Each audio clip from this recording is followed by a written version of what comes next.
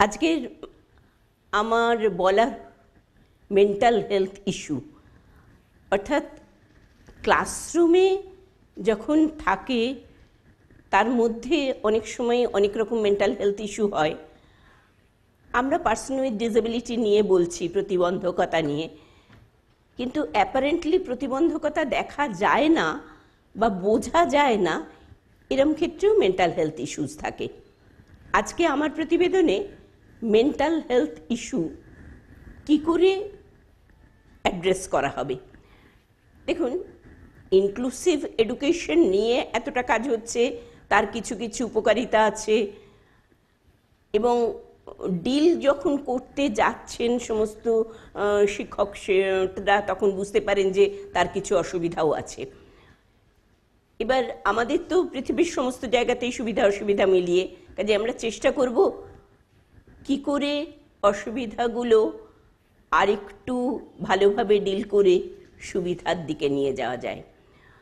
দেখুন, বেনিফিট হচ্ছে একটা সমস্ত ডিসেবিলিটি অপরচুনিটি পাচ্ছে, সুযোগ পাচ্ছে সব রকমভাবে, যেটা বেশ কিছুকাল আগে একদম সেগ্রিগেটেড ছিল, আলাদা ছিল, একদম সবার সঙ্গে মিলেমিশে শুধুই যে তারা লেখাপড়ার সুযোগ পাচ্ছে তা নয়, সবার সঙ্গে মেশবার, সমাজের স্বীকৃতি পাওয়া, তাদের একটা কমফর্ট জোনে ঠিক দেওয়া, আরও অনেক রকম বেশি রকমভাবে ইনস্ট্রাকশন পাওয়া, বাড়িতে বসে শেখা, সব রকম তার থেকে বেশি।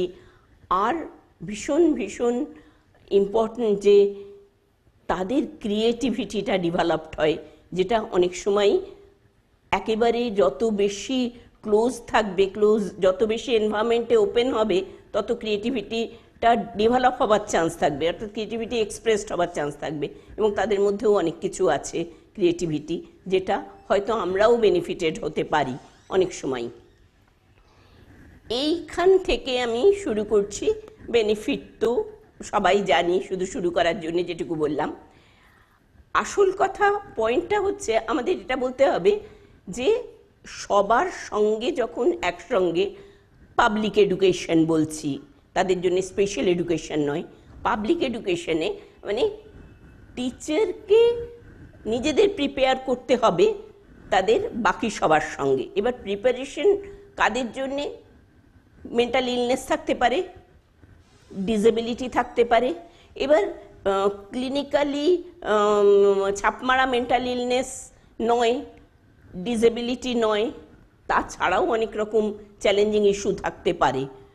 কতবার সময় বলে একদম সব দিক থেকে মানে কোট আনকোট নর্মাল, কিন্তু তবুও প্রবলেম হচ্ছে, অসম্ভব দুষ্টু, ভীষণ সবাইকে মারে, এগুলো কিন্তু কিছু না কিছু চ্যালেঞ্জিং ইস্যু। সব কাজেই একদম মেন্টাল ইলনেস বলতে আমরা অ্যাংজাইটি, ডিপ্রেশন এগুলো তো বুঝি, সবাই বোঝেন আপনারা। ডিসেবিলিটি নিয়েও এত কথা হলো, এতদিন ধরে বলছি, মেন্টাল রিটার্ডেশন, অটিজম, সবাই।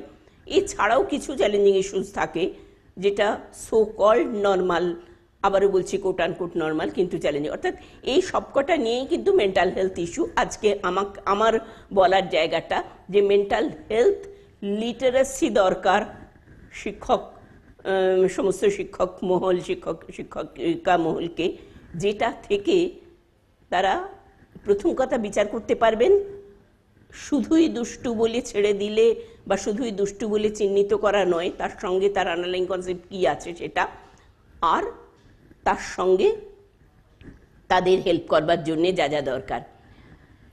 এখানে একটা আন্ডারস্ট্যান্ডিংয়ের মধ্যে কয়েকটা পয়েন্ট দেওয়া রয়েছে খুব ইম্পর্ট্যান্ট। একটা তো হচ্ছে মেন্টাল হেলথ ইস্যুটা বুঝতে পারা, ডিসঅর্ডারটাকে বুঝতে পারা কোনো ডিসেবিলিটি থাকলে।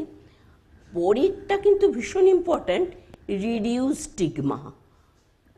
দেখুন, আমরা এখন যে জায়গায় দাঁড়িয়ে আছি, হয়তো কলকাতার শহরে এরকম একটা জায়গা থেকে আমি এসে বলছি একরকম কথা, কিন্তু সত্যি কিছু কাল আগের কথা ভাবলেও মিনিমাম কিছু অসুবিধা হলেই ও তো পাগল, ওকে ছুঁড়ে ফেলে দাও, মানে টার্মটা ছুঁড়ে ফেলে দাও, না হলেও ওই সেগ্রিগেট করো, এই স্টিগমা।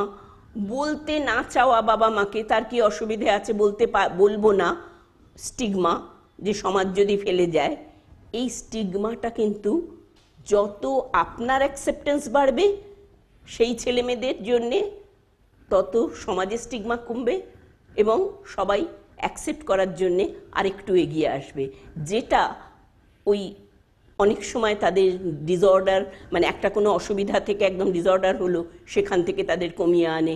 এবং আলটিমেটলি একটা খুব ইম্পর্টেন্ট কথা, যে ফেসিলিটেট হেল্প সিকিং বিহেভিয়ার, এই জায়গাটা যদি আমরা সবাইকে বোঝাতে পারি, হেল্প সিকিং অপমানের নয়, কিন্তু হেল্প সিকিং একটা ইন্টেলিজেন্স। কোনো একটা পার্টিকুলার ইন্টেলিজেন্ট পার্সন, সে যখন বুঝতে পারে আমার হেল্প দরকার, সেই তখন হেল্প সিক করে। অনেক অসুবিধেতেও আমি কারোর হেল্প নিচ্ছি না, সেটা কিন্তু খুব বুদ্ধিমানের কাজ নয়। অর্থাৎ হেল্প সিকিং বিহেভিয়ারটা তৈরি করা, যে তোমার প্রয়োজন হলে কাউকে বলতে পারো, সেই প্যারেন্ট হোক, টিচার হোক বা স্টুডেন্ট হোক, এইটা মেন্টাল হেলথের জন্যে ভীষণ ইম্পর্টেন্ট। মানে আমি সমস্ত শিক্ষককুলকে বা সবাইকে বলছি, নিজেরা যতক্ষণ না নিজেদের স্ট্রেসটা বা নিজেদের এই অ্যাটিটিউডটা চেঞ্জ করতে পারবো কোনো না কোনোভাবে, ততক্ষণ পর্যন্ত আমরা অন্যকে হেল্প করতে পারবো না। কাজেই হেল্প সিকিং বিহেভিয়ার কথাটা বলার কারণই হচ্ছে আমরাও যেন ভাবি যে প্রয়োজনে হেল্প নেব। তো এক্ষুনি এই খুব ছোট একটা কথা মনে পড়ে গেল, যে কেউ একজন ভীষণ অসুস্থ হয়ে পড়েছেন, একা বাড়িতে থাকেন, বয়স্ক মানুষ, আমার কাছের লোক। তা আমি বললাম যে তুমি একটা ফোন করতে পারোনি, এতটা মানে বোধহয় আমি ঠিক সময় না গেলে কিছু একটা বড় কিছুই হয়ে যেতে পারতো, কেউ নেই তাকে হসপিটালাইজ, একটা ফোন তো করে নেবে, অন্তত একবার মিস কল দিলেও আমি বুঝতে পারতাম যে ওর অসুবিধা হয়েছে। বলুন না, আমি ভগবানকে ডাকছিলাম কাউকে যেন না বলতে হয়, কাউকে যেন না বলতে হয়, কাউকে যেন না বলতে হয়। তিনি কিন্তু so called educated person, but it is not actually intelligence. যে হেল্প সিকিং কাউকে যেন না বলতে হয়, আমি নিজে জানি না, আমি অজ্ঞান হয়ে পড়ে গেলে দরজা ভেঙে যখন ঢুকে আমাকে হসপিটালাইজ করবে, সেটাও হেল্প। আমি অজ্ঞান হয়ে গেলাম, সেই জন্য হেল্পটা বুঝতে পারলাম না। অর্থাৎ আপনাদের সবাইকে বলা প্রথম হচ্ছে হেল্প সিকিং বিহেভিয়ারটাকে শুনতে মনে হবে এটা আবার কি মেন্টাল হেলথ। অফকোর্স এটা মেন্টাল হেলথের একটা ভীষণ বড় point to grow up properly. এবার হোয়াট ইজ মেন্টাল হেলথ, এর মধ্যে ইম্পর্টেন্ট মানে খুব সাধারণ কথা হচ্ছে রিয়েলাইজেস ওন এবিলিটিস। আমি মেন্টাল হেলথ কাউকে হেল্প করতে যাব, আমার কিন্তু নিজের এবিলিটিটাকে রিয়ালাইজ করতে হবে। How far it is possible for me, আমার কতটা ক্ষমতা আছে হেল্প করবার জন্যে। এই যে যাকে আমি বললাম আমাকে একটা ফোন করতে পারলে না, আমি জানি ফোন করলে আমি হয়তো রাতে ছুটে যেতে পারতাম না, কিন্তু আমার একটা ম্যান পাওয়ার আছে যেখানে ছুটে যেতে পারতাম, অথবা আমি কাউকে ফোন করতে পারতাম, অথবা আমার আরেকটু ক্ষমতা ছিল কোনো জায়গায় গিয়ে তাকে তুলে আনা, এক্সেট্রা এক্সেট্রা কিছু একটা। আমার কোনো রকমই অসুবিধে আছে কি মানে ক্ষমতা আছে বা না আছে, এটা কিন্তু আমার নিজের বিচারের সব থেকে মানে রিয়ালাইজেশন অফ ওন এবিলিটি। আমার নিজের ক্ষমতা অনুযায়ী কিন্তু আমি হায়ার সেকেন্ডারিতে কাউকে, আমি একটা বড় লেভেলে পড়াই, আমি ইউনিভার্সিটি টিচার, আমি স্ট্যাটিস্টিক্স করাই, স্ট্যাটিস্টিক্সের আমি মোটামুটি ওই সবাই ভয় পেত একটা সময়, এখনও ভয় পাই কিনা জানি না অবশ্য, কিন্তু আমি ক্লাস 11 বা 12-এর কোনো ছেলে মেয়েকে তাদের অঙ্কটা শেখাতে যাব না, কারণ আমি জানি ওটা জানি না, আমি বা জানি না বলবো না, আমি কিন্তু সেই লেভেলে পারবো না, যতটাই আমি স্ট্যাটিস্টিক্স শিখি না কেন বা ইউনিভার্সিটি লেভেলে পড়াই না কেন। রিয়ালাইজেশন অফ ওন এবিলিটিস, আমি রিয়ালাইজেশন অফ ওন এবিলিটিস আমি একটা কগনিটিভ একটা পার্ট দিয়ে বললাম, কিন্তু এইটা আমাদের প্রত্যেক সোশ্যাল এনভায়রনমেন্টাল সব জায়গায় আমার নিজের এবিলিটিটাকে বুঝতে হবে। আর cope with the normal stresses of life, আমার নিজের স্ট্রেসকে আগে বুঝতে হবে কোপ করতে পারছি কি না। খুব ছোট একটা কথা বলি, নর্মাল স্ট্রেস অফ লাইফ, খুব সাধারণভাবে একটা কোনো অসুবিধে হয়েছে, একটা জায়গায় পৌঁছতে পারছি না, গাড়ি খারাপ হয়েছে বা বাসে কিছু না কিছু বাস পাচ্ছি না, কিছু একটা কোথাও একটা ঠিক জায়গায় পৌঁছতে হবে, স্ট্রেস। এইবার ওমা কি হবে কি হবে কি হবে কি হবে, যদি না হয় তাহলে আমার কি সাংঘাতিক কাণ্ড হবে সেটা আমি বুঝেই উঠতে পারছি না, কি হবে আর কি হবে। এটা কিন্তু আলটিমেটলি ডিস্ট্রেস, অ্যাংজাইটি বাড়িয়েই দিচ্ছে। স্ট্রেসটা কোপ করবার সব থেকে ভালো উপায় হচ্ছে ফাইন্ড আউট দ্য অল্টারনেটিভ। আমাকে সঙ্গে সঙ্গে আর কি অল্টারনেটিভ আছে আমাকে খুঁজে বার করতে হবে।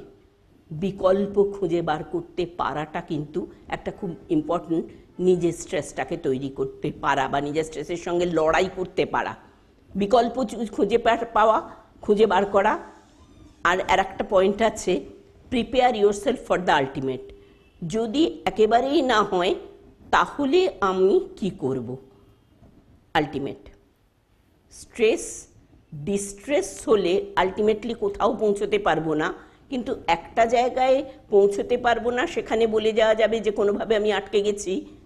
সেটা কোনটা বেশি কাজের?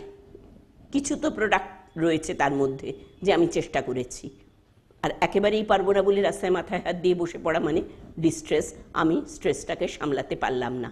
অর্থাৎ প্রত্যেকেই ভাববেন যে যখন আমরা মেন্টাল হেলথ নিয়ে অন্যকে হেল্প করতে যাব, find out the alternative and prepare yourself for ultimate, এই দুটো কথা সারা জীবনে কাজ দেবে।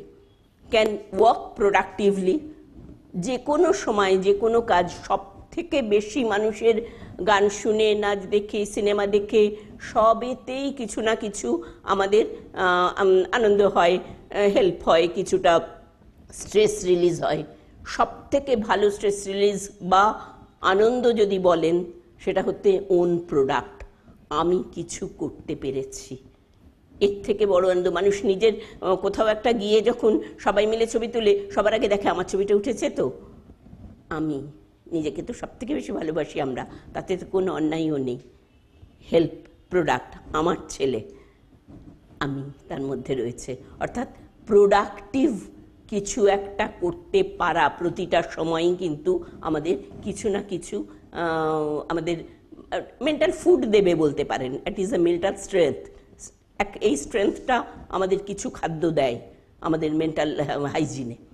আর able to make a contribution to his or her community, যে আমি নিজের জন্যে ছাড়া আর কি কমিউনিটিতে কন্ট্রিবিউট করতে পেরেছি।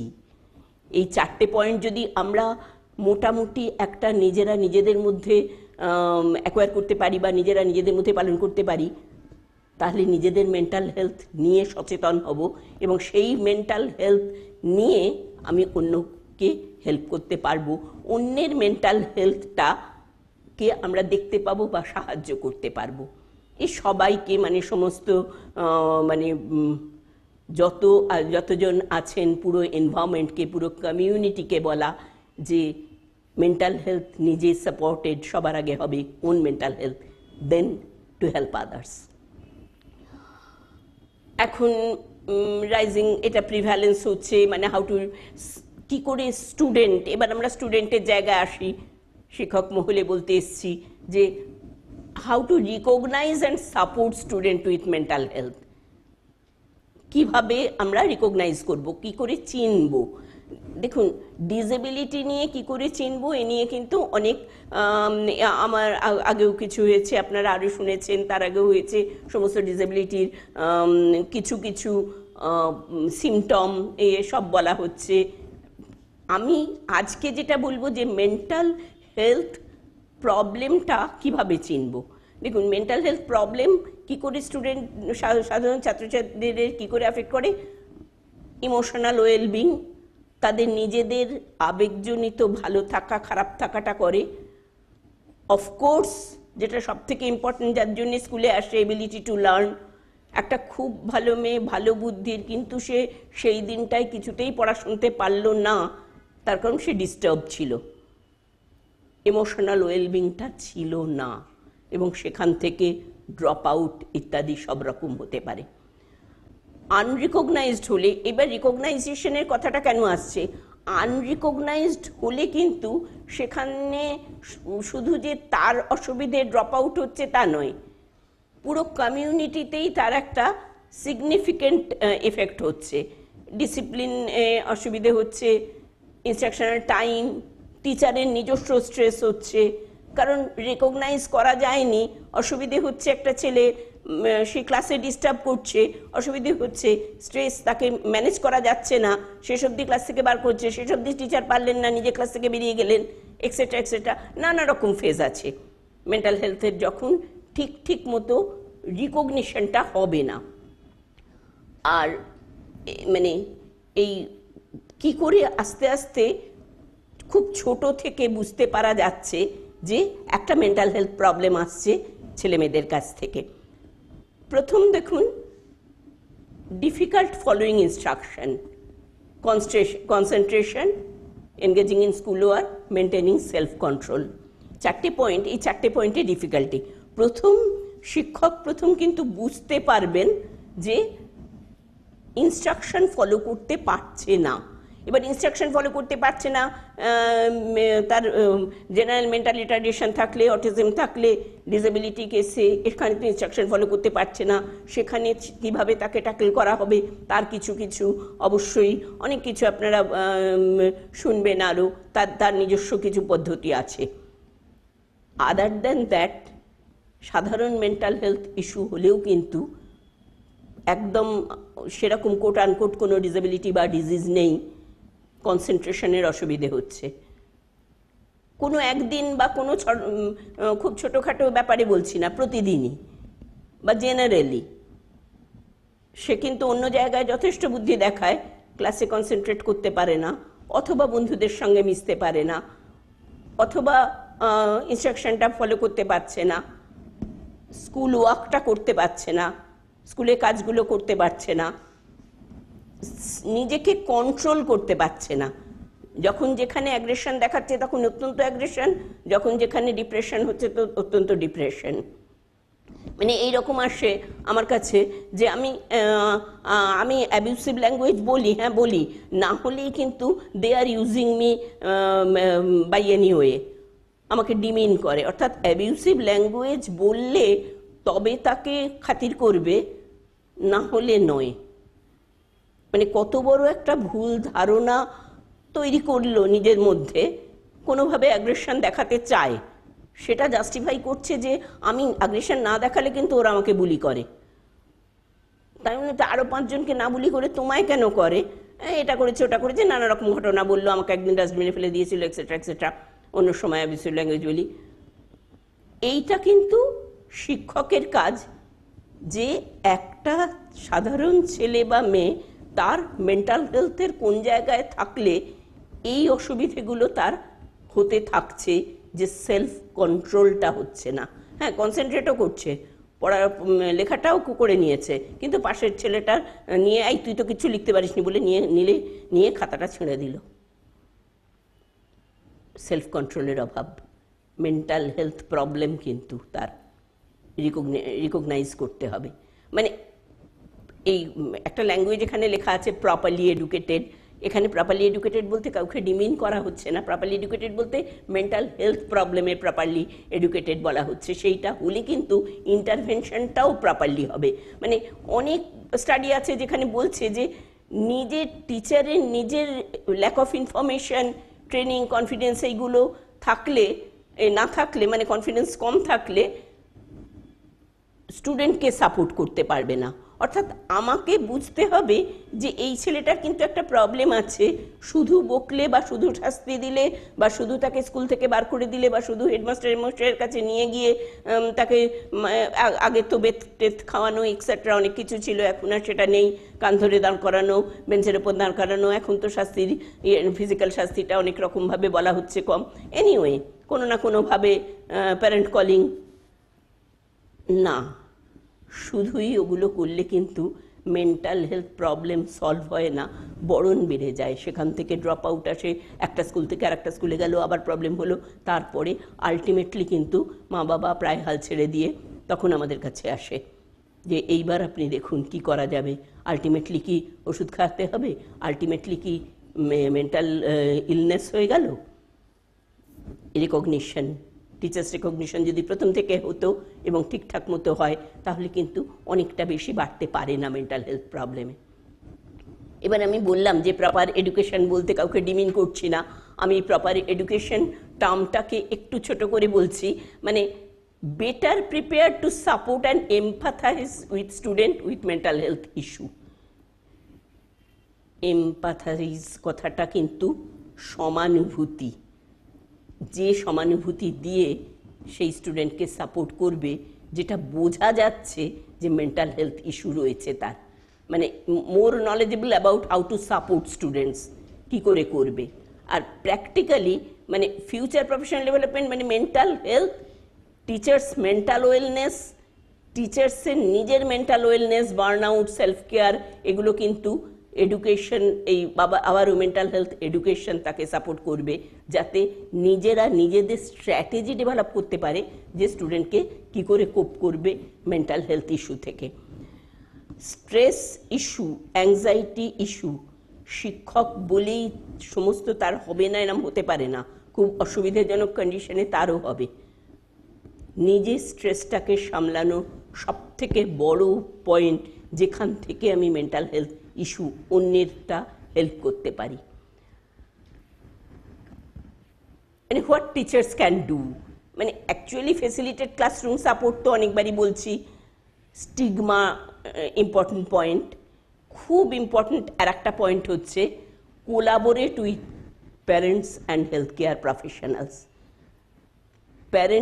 প্যারেন্টকে ডাকা মানে কিন্তু শুধুই কমপ্লেইনিং নয়, হেলথ প্রফেশনালের হেল্প নেওয়া মানেই কিন্তু ওমা কেন যাব, এখনও টিল ডেট সাইকিয়াট্রিস্টের কাছে যা একটু বেশি ভুলে যাচ্ছে, কেন রে আমি কি পাগল হয়ে গেছি, coat unquote graduate, post graduate সব রকম।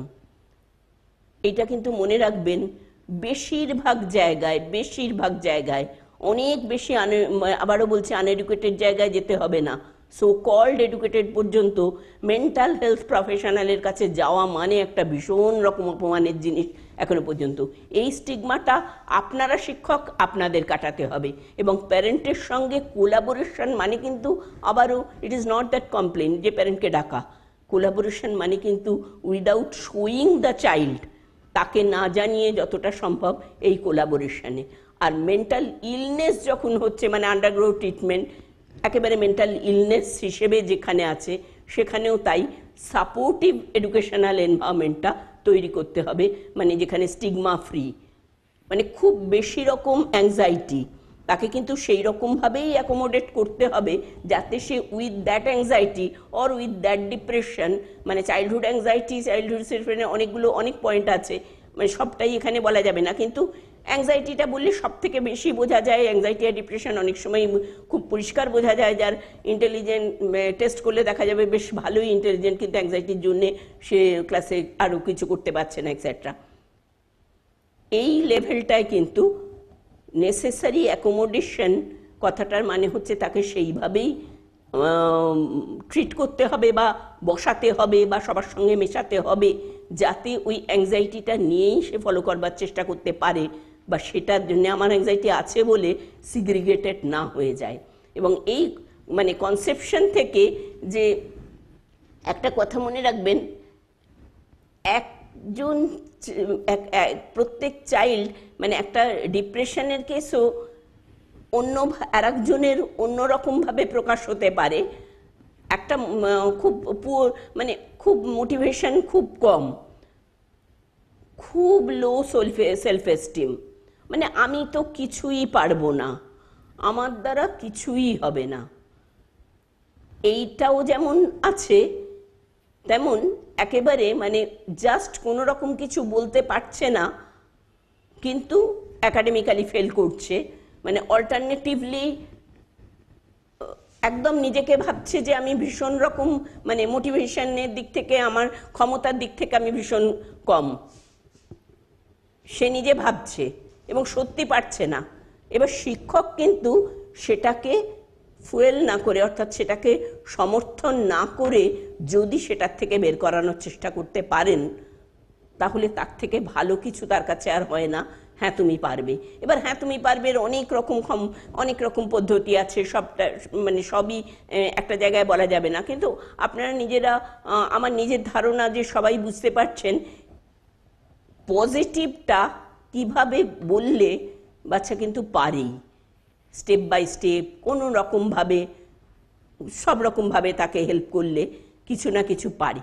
এছাড়া তো থেরাপি অনেক রকম আছে, যে থেরাপিগুলো দিয়ে আমরা বুঝতে পারি। থেরাপির কথাটা পরে আসছি, কারণ থেরাপি তো সমস্ত কিছুর জন্য আলাদা আলাদা রকম হয়, আবার কিছু কমন থেরাপি আছে, থেরাপিটায় পরে আসছি।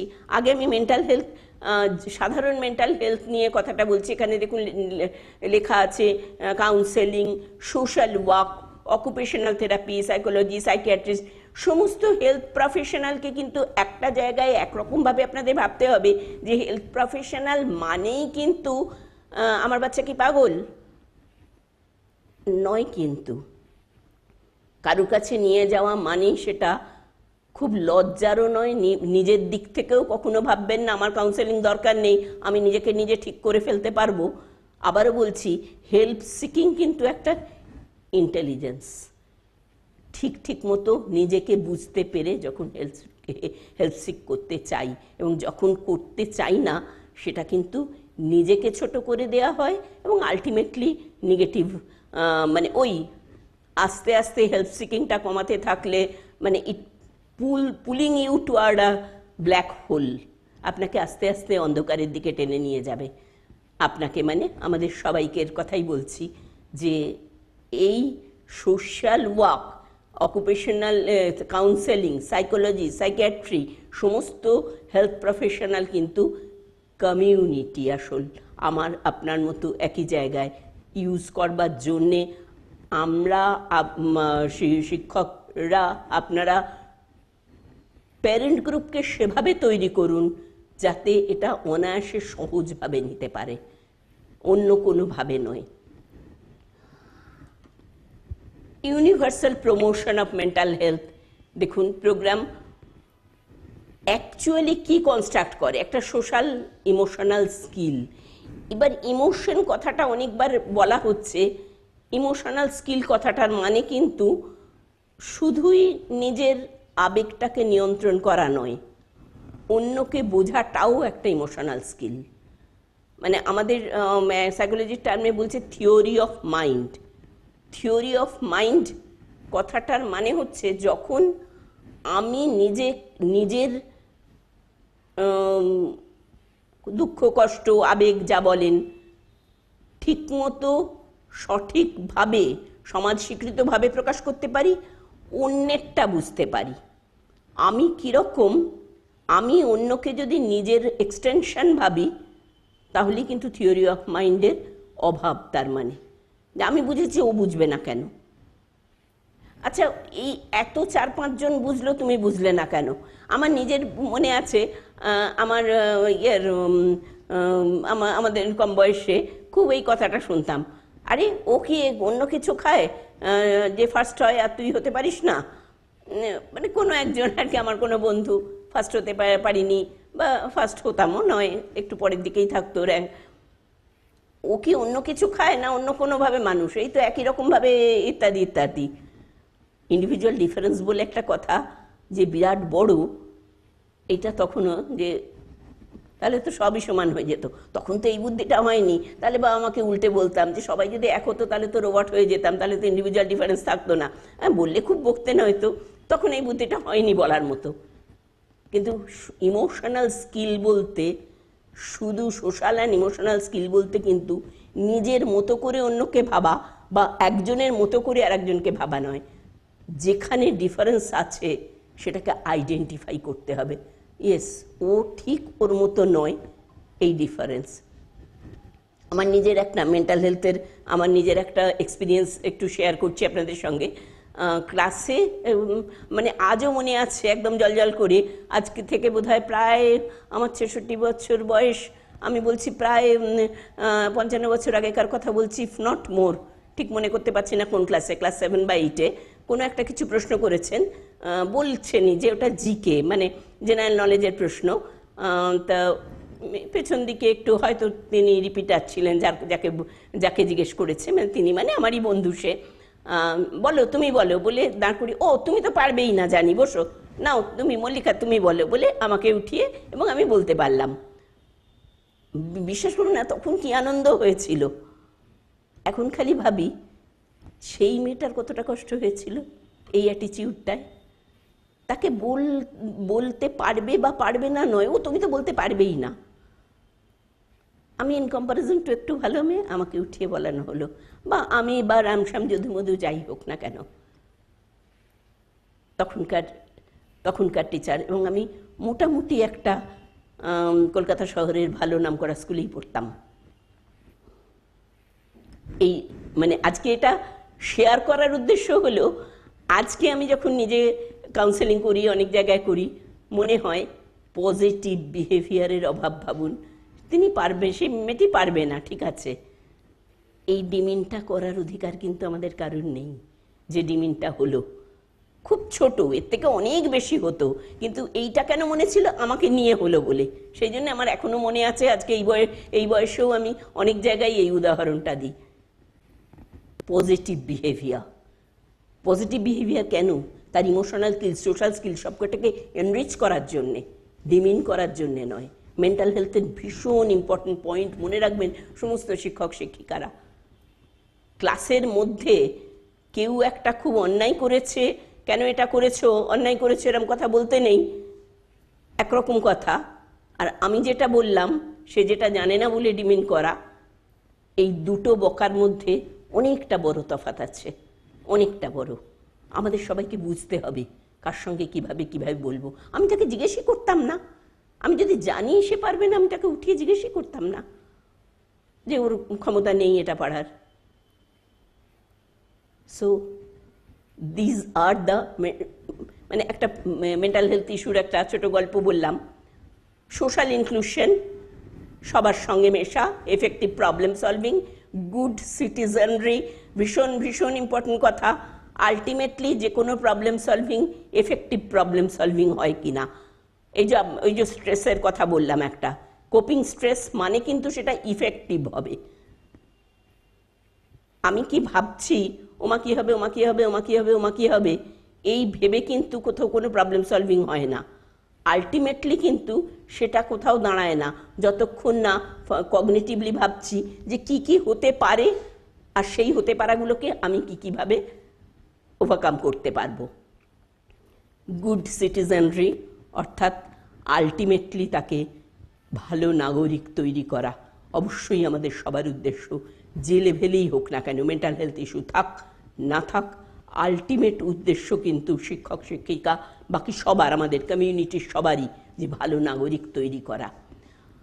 আর পজিটিভ বিহেভিয়ার মানে ইন্টারভেনশন, যেটা সাপোর্ট বলছি, মানে মাল্টিলায়ার্ড ইন্টারভেনশন সব রকমে। প্র্যাকটিক্যালি মাল্টিলায়ার্ড ইন্টারভেনশনটার মধ্যে প্রিভেনশনটা একটা, how to define, how to teach, appropriate বিহেভিয়ারকে ঠিক মতো রিওয়ার্ড করা, আর consequences of problem behaviour was highly successful. ভীষণ important, consequences of problem behaviour. Yes, problem behaviour আসবে, এমন কোনো, আবারও বলছি, ইনক্লুসিভ এডুকেশন মনে হচ্ছে ডিসেবিলিটি বা ডিজিজড এই লেভেলটায় মেন্টাল হেলথ ইস্যু আছে এরকম, কিন্তু সমস্ত একেবারে সো কল্ড নর্মাল যেখানে বলি, সেখানেও অনেক মেন্টাল হেলথ ইস্যু থাকে যেগুলো কোনো না কোনোভাবে অনেক সময় প্রবলেম বিহেভিয়ার ক্রিয়েট করে। কনসিকোয়েন্স মানে continuum of consequences of problem behaviour, যে চ্যালেঞ্জেস বিহেভিয়ারগুলো আসবে তার কনসিকোয়েন্সেসটা আগে থেকে ভাবতে হবে শিক্ষকদেরই, তবে সেটাকে কন্ট্রোল করা যেতে পারে, না হলে কিন্তু নয়। এই পজিটিভ বিহেভিয়ার ইন্টারভেনশনের মধ্যে, এই সাপোর্টটার মধ্যে এটা একটা ভীষণ ইম্পর্ট্যান্ট ইস্যু। এবং এই কটা জিনিস মানে ঠিক মতো ডেফিনেশন, টিচিং, এই সব কটা মানে অ্যাপ্রোপ্রিয়েট রিওয়ার্ড, অ্যাপ্রোপ্রিয়েট বিহেভিয়ারকে রিওয়ার্ড করা, এর মধ্যেই কিন্তু আলটিমেট সাকসেস আসতে পারে। কোথাও একটা পারছে না, তার প্রবলেম বিহেভিয়ার কি আসতে পারে, সে পেনটা ছুঁড়ে ফেলে দিল থেকে আরম্ভ করে আরও অনেক কিছু হলো। কনসিকোয়েন্সটা যদি আগে থেকে বুঝতে পারা যায়, অ্যাজিউম করা যায়, তাহলে কিন্তু সব থেকে বেশি চান্স থাকবে সাকসেসফুলি ডিল করা যে কোনো মেন্টাল হেলথ ইস্যুকে।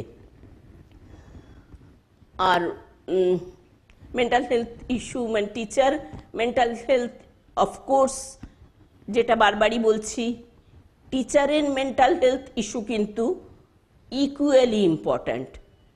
যিনি টিচার তার আজকে দেখুন, আজকে আমি এই সময় এসে এই বয়সে এই লেভেলে দাঁড়িয়ে কোনো একজনের কথা বললাম, তিনি টিচার ছিলেন। তো টিচারের মেন্টাল হেলথ ইস্যু মানে যেটা আজ আমি নিশ্চয়ই তখনও দাগ কেটেছিল, না হলে আজ আমি মনে রাখতে পারলাম কেন? আমার লং টার্ম মেমোরিতে ছিল, আজকে প্রয়োজনের সময় উঠে এলো ওই পার্টিকুলার উদাহরণটা, যে ওই মেয়েটাকে ওরমভাবে ডিমিন করা হলো।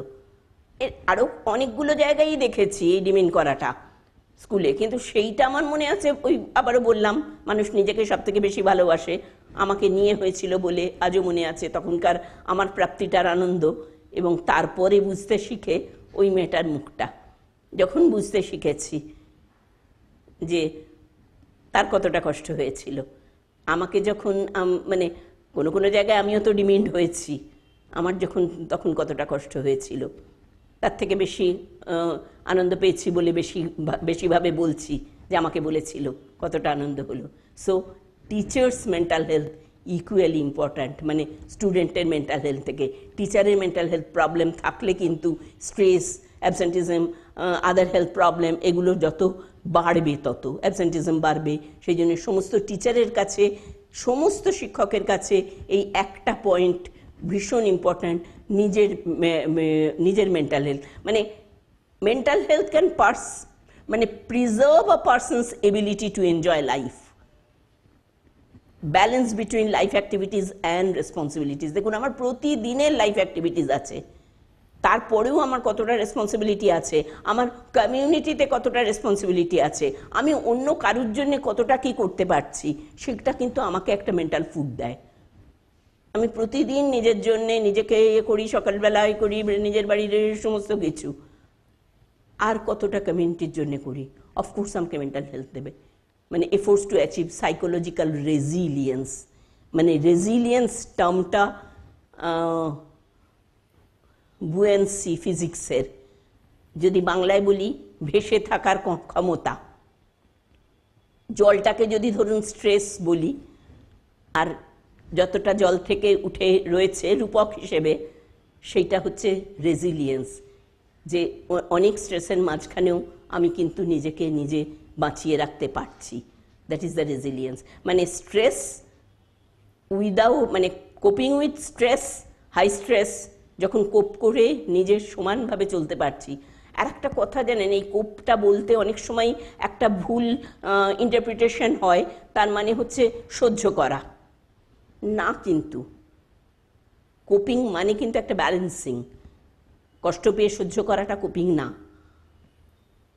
কোপিং মানে কিন্তু ব্যালেন্সিং। তুমি যদি মনে করো তুমি কষ্ট পেয়েছো, তোমাকে আইদার সেটা কোনো না কোনো ভাবে রিজলভ করতে হবে, আইদার প্রতিবাদ করতে হবে। প্রতিবাদ যদি করার সময় এমন কোনো অল্টারনেটিভ দেখো যে সেখানে প্রতিবাদ করা যাচ্ছে না, তাহলে অন্য কোনো না কোনোভাবে সেটাকে রিজলভ করতে হবে। That is resilience. সাপ্রেশন কিন্তু রেজিলিয়েন্স নয়, যে চেপে থাকো, নিজের কষ্টটা এখানে প্রকাশ করো না, সাপ্রেশন। মনে রাখবেন সবাই, সাপ্রেশন কিন্তু রেজিলিয়েন্স নয়। ভীষণ ভুল ব্যাখ্যা এক এক সময় হয়। কোপিং মানে কিন্তু সহ্য করার ক্ষমতা নয়। ওই hidden cost of poor mental হেলথে excessive concern about task, stress, anxiety, sleep difficulties, depression. দেখুন, এগুলো মোটামুটি আপনারা সবাই জানেন কেন আমাদের mental health, poor mental health হয়। মানে মেন্টাল হেলথ অ্যাংজাইটি নানা রকমভাবে, নানা জায়গায় নানা রকম অ্যাংজাইটি থাকে। এক্সেসিভ কনসার্ন মানে আমার একদম এই টাস্কটা করতেই হবে, না করলে একটা সাংঘাতিক কিছু। এক্সেসিভ কনসার্ন মানে প্রতিটা পয়েন্টই stress, anxiety, sleep difficulties, depression, এই সবগুলো থেকেই আপনার সবারই স্ট্রেস আসে, মেন্টাল হেলথ প্রবলেম হতে পারে। অ্যাকচুয়ালি কিন্তু মানে আনম্যানেজেবল, মানে যখন আনম্যানেজেবল হয় স্ট্রেস, ডিপ্রেশন, এইগুলো যখন আনম্যানেজেবল হয় তখন সেটা মেন্টাল হেলথ প্রবলেম হয়। স্ট্রেস তো সবার জীবনে আসতে পারে, সমস্ত ক্ষেত্রে আসতে পারে, কিন্তু আনম্যানেজেবল হয় তখনই যখন প্র্যাকটিক্যালি এইগুলো মানে আফেক্টেড, মানে আনম্যানেজেবল হয়, তখনই মেন্টাল হেলথ ইস্যু হয়। অর্থাৎ আপনি আমরা সবাই চেষ্টা করব আমাদের প্রতিদিনের স্ট্রেসের রেজিলিয়েন্সের মানে কোপ করবার ক্ষমতা খুঁজে নেবার, যাতে অসুবিধেটা সবার সামনে না আসে, সেটা শুধুই বড় কথা নয়, আমার নিজেকেও যেন অ্যাফেক্ট না করে।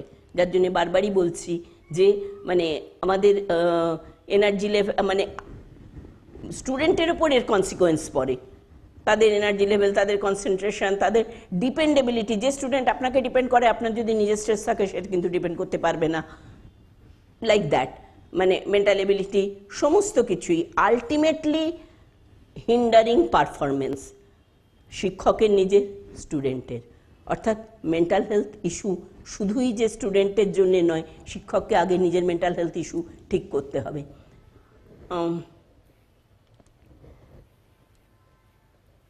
এই হাউ ক্যান ইউ সাপোর্ট, এই জায়গাটা মানে how do you know when to help, যখন এই মেন্টাল হেলথ প্রবলেম আসছে কখন, মানে কি করে সাপোর্ট করবেন। Sudden disinterest in things they use to enjoy, হঠাৎই দেখছেন মানে আপনার স্টুডেন্টকে আপনি রিকগনাইজ কখন করবেন মেন্টাল হেলথ প্রবলেম হচ্ছে বলে। সাডেন ডিসইন্টারেস্ট, এমনি সব ঠিক ছিল, হঠাৎই দেখছি তার ইন্টারেস্টটা লো হয়ে যাচ্ছে। Seem angry or sad for little or no reason, ভীষণ তাড়াতাড়ি রেগে যাচ্ছে, ভীষণ তাড়াতাড়ি দুঃখ পাচ্ছে, এমনিতেই কাঁদছে, হঠাৎই কেঁদে ফেললো। Don't seem to enjoy anything anymore, সবাই যেটা এনজয় করছে সে সেটাকে করতে পারছে না। ইট আ লট মোর অর লেস, ভীষণ বেশি খাচ্ছে, অথবা এটা ডিপ্রেশনের একটা ভীষণ কমন একটা সিমটম, হয় ভীষণ বেশি খাচ্ছে, না হয় ভীষণ কম খাচ্ছে। স্লিপ প্যাটার্নস চেঞ্জ, আর seem to be anxious or terrified about situation, যে কোনো সিচুয়েশনে অনেক বেশি টেরিফাইড হয়ে যাচ্ছে। প্রথম হচ্ছে how do you know when to help, কোন কোন সময় আপনি হেল্প করবেন। Missing more and more time, avoiding close friends, feeling hopeless, drinking heavily, seem to hearing voice। লাস্টটা দেখুন, বাকি চারটে খুব কমন জিনিস, যে টাইম নিচ্ছে বেশি, বন্ধুদের অ্যাভয়েড করছে, ওই আবারও বেশি হয় বেশি খাচ্ছে, না হয় কম খাচ্ছে। এটা হিয়ারিং ভয়েস আর হ্যাভিং আনসেটলিং থটস, এটা খুব ইম্পর্টেন্ট পয়েন্ট, যে মনে হচ্ছে যেন কেউ কিছু বলছে, ওই আমার বাবা এসে যাবে, এইখান থেকে শুরু করে আমায় কেউ কিছু বলছে। এটা কিন্তু একদম মেন্টাল ইলনেসের একটা symptom, hearing voice.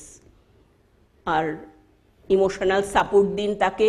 You can play an important role in helping students feeling well, feel less alone, ashamed, and help encourage hope. খুব ইম্পর্টেন্ট কথা হচ্ছে কোনোভাবে লজ্জা দেবেন না তাদের, যাতে যত রকম অসুবিধেই হোক, সে একাডেমিক হোক, আলটিমেট শিক্ষকদের উদ্দেশ্য থাকে একাডেমিক্যালি একটা স্টেবল জায়গায় আনা, কিন্তু যেভাবেই হোক feeling well, feel less alone, আর কেউ কোনো বন্ধু নেই, আমি তোমার সঙ্গে আছি, ভীষণ ভীষণ ইম্পর্ট্যান্ট। আর ভীষণ ইম্পর্ট্যান্ট, অ্যাশেমড, লজ্জা দেবেন না কোনোভাবে। এমা এটাও পারলে না, যে লজ্জা দেবেন তার গল্প আমি নিজেকে দিয়ে করলাম। আর হেল্প এনকারেজ হোপ, যেটুকু পারবে সেটুকুই পারবে, হেল্প করুন, আরও এনকারেজ করতে হোপকে। আর খুব কমন পয়েন্টস কটা দিয়েছি, ইউ আর নট অ্যালোন, কোনো জায়গায় তুমি কিন্তু একা নও, যত অসুবিধেই হোক না কেন, you are not alone, you are not in the first generation to fight with this problem, তুমি প্রথম নও। এরকম আমি অনেক অনেক আমার শিক্ষক লাইফে তোমার মতো এই অসুবিধে যেটা হচ্ছে আমি অনেক অনেক দেখেছি। You are not alone, you are not weak, তুমি কোনোভাবে কিন্তু উইক নও, দুর্বল নও। হ্যাঁ অঙ্কটা পারছো না, ঠিক আছে, হ্যাঁ ইংলিশে অত ভালো করে ওর মতো করে কথা বলতে পারছো না, but you are not weak, you can excel in other, অন্য কোনো জায়গায় তুমি অনেকটা এক্সেল করতে পারো। You have brought this on yourself, যে অসুবিধাটা হচ্ছে সেটা তুমি নিজের জন্য আনোনি, হ্যাঁ কোনো কারণে এসে গেছে অবশ্যই। অ্যান্ড তুমি মনে রেখো, ode of love, still ode of love, সবাই তোমাকে ভালোবাসে এবং তুমি সেই ভালোবাসাটা অবশ্যই পাবার যোগ্য।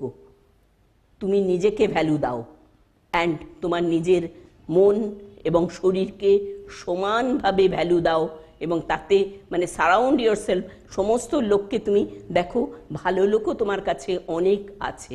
আর যেটা প্রথম থেকে শেষ অবধি বারবারই বলছি, seeking help is a sign of strength, not a weakness.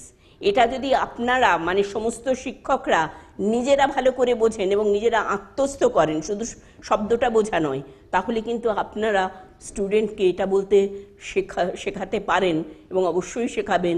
আবারও বলছি, মেন্টাল হেলথ প্রবলেম আছে নেই ডিসেবিলিটি সবার ক্ষেত্রে, seeking help is a sign of strength, not a weakness.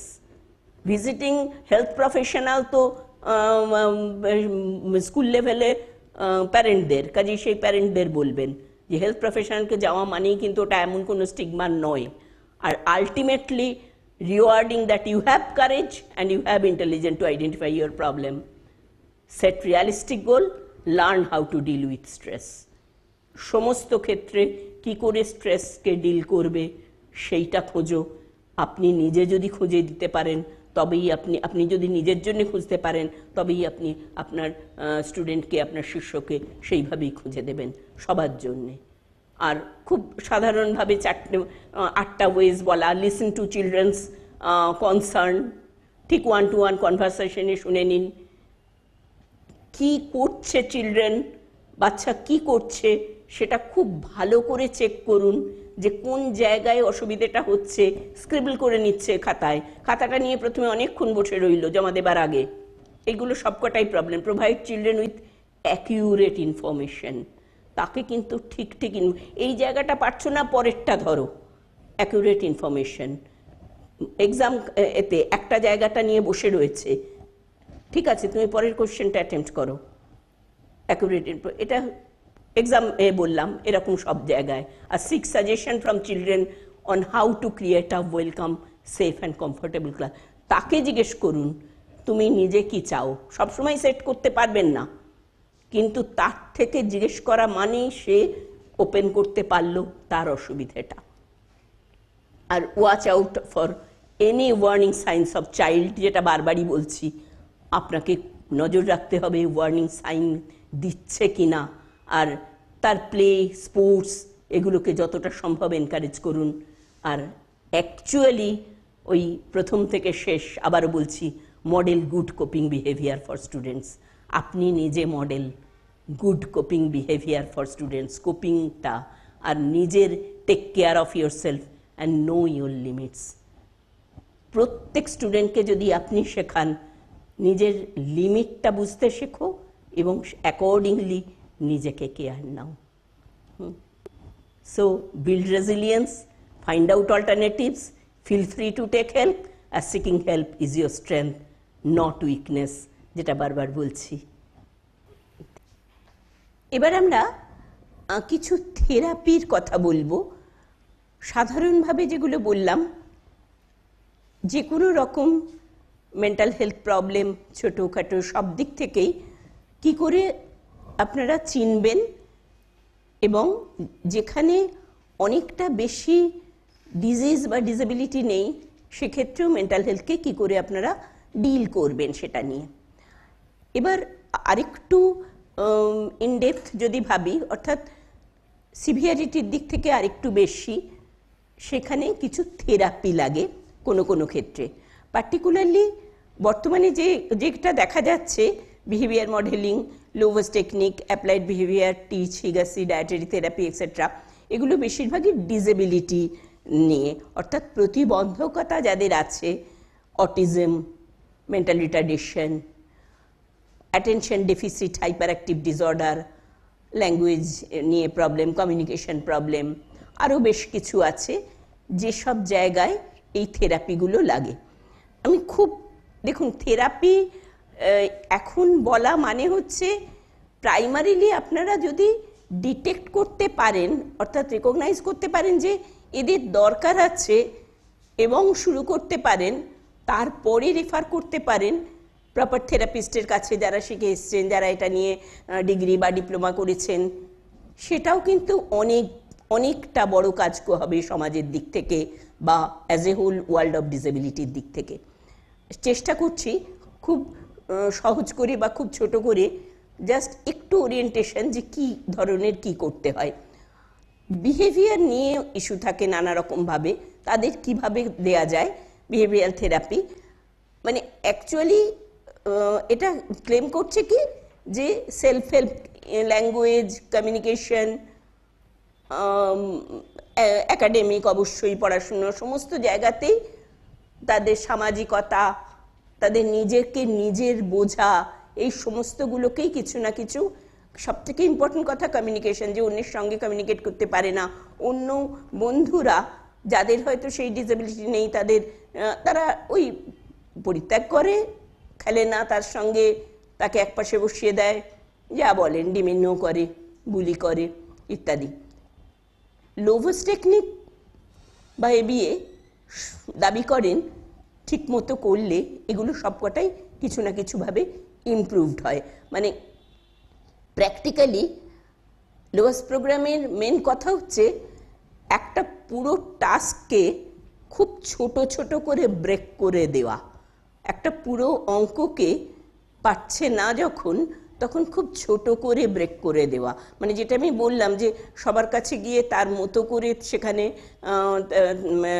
তার মতো করে তুমি পারবে, এবার তুমি পারবে এই কথাটা শুধু বললে হয় না, কি করে পারবে এই জায়গাটার থেকে এই কিছু কিছু টেকনিকের কথা বলছি।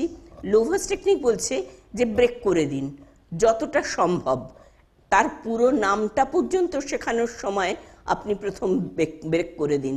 এমন নয় যে এবিসিডি বা অ ক খ সব জানলেই সে নামটা লিখতে পারবে, সবই তো শিখে গেছে, এবার নাও। ওখানেও কিন্তু দুটো যখন ল লিখতে হয়, ধরুন আমার নামটা দিয়েই বললাম, তখনও কিন্তু একটা শিখতে হয় যে কোন জায়গা দিয়ে কিভাবে ওইটা লিখবে, পাশাপাশি দুটো ল লিখলে হবে না, মানে লাইক দ্যাট। অর্থাৎ ব্রেক করে দিন কমপ্লেক্স টাস্ক ইনটু স্মলার, এবং তাতে মোর অ্যাচিভেবল স্টেপ আসবে। অর্থাৎ কমপ্লেক্সটা আপনি নিচেরটা যখন সে পারলো, তখনই তার মধ্যে কিন্তু পারার আনন্দটা, যেটা বারবার বলছি নিজে করার আনন্দের মতো, নিজে কিছু ক্রিয়েট করার আনন্দের মতো আর কিছু নেই, এই পারার আনন্দটা থাকবে। অর্থাৎ কমপ্লেক্স টাস্ক ইনটু স্মলার, এবারে অ্যাচিভেবল স্টেপ থাকবে। আর তাতে প্রত্যেকটা স্টেপ শিখলে কিন্তু নিজেদের প্রেস করতে শিখবে, আর শিক্ষকরা সঙ্গে সঙ্গে এই তো পেরেছো মিনিমাম, সবসময় যে পারলেই একটা লজেন্স দিতে হবে বা একটা উপহার দিতে হবে, রিওয়ার্ড দিতে হবে তা নয়, ওটাই রিওয়ার্ড হয়ে কাজ করবে। যে পারা গেছে, তুমিই পেরেছো, প্রেজ, রিওয়ার্ড। আর ডিফিকাল্ট বিহেভিয়ার যেগুলো হচ্ছে না সেটাকে একটু ইগনোর করান, এটা তো পারলে না, কিন্তু এটা তো পারলে না, এটা তো পেরেছো, অর্থাৎ ডিফিকাল্টটাকে ইগনোর করা। লোভাস টেকনিক বলছে যে প্র্যাকটিক্যালি বিহেভিয়ারটাকে অ্যানালাইজ করুন, নিজের বিহেভিয়ারকে এবং স্টুডেন্টের বিহেভিয়ারকে, এবং সেইটার থেকে আপনি স্টুডেন্টের কাছ থেকে কিছু রিওয়ার্ড পাবেন, যেটা আপনার কাছে রিওয়ার্ড হবে যে স্টুডেন্টকে স্মল স্টেপে যখন দিতে পেরেছেন, তখন সে একটা একটা করে হলেও সে অ্যাচিভ করতে পেরেছে প্রত্যেকটা স্টেপে। এবং এইটা যেমন টাস্ক বললাম একটা অঙ্ক, কমিউনিকেশনের ক্ষেত্রেও তাই, সোশ্যালাইজেশনের ক্ষেত্রেও তাই।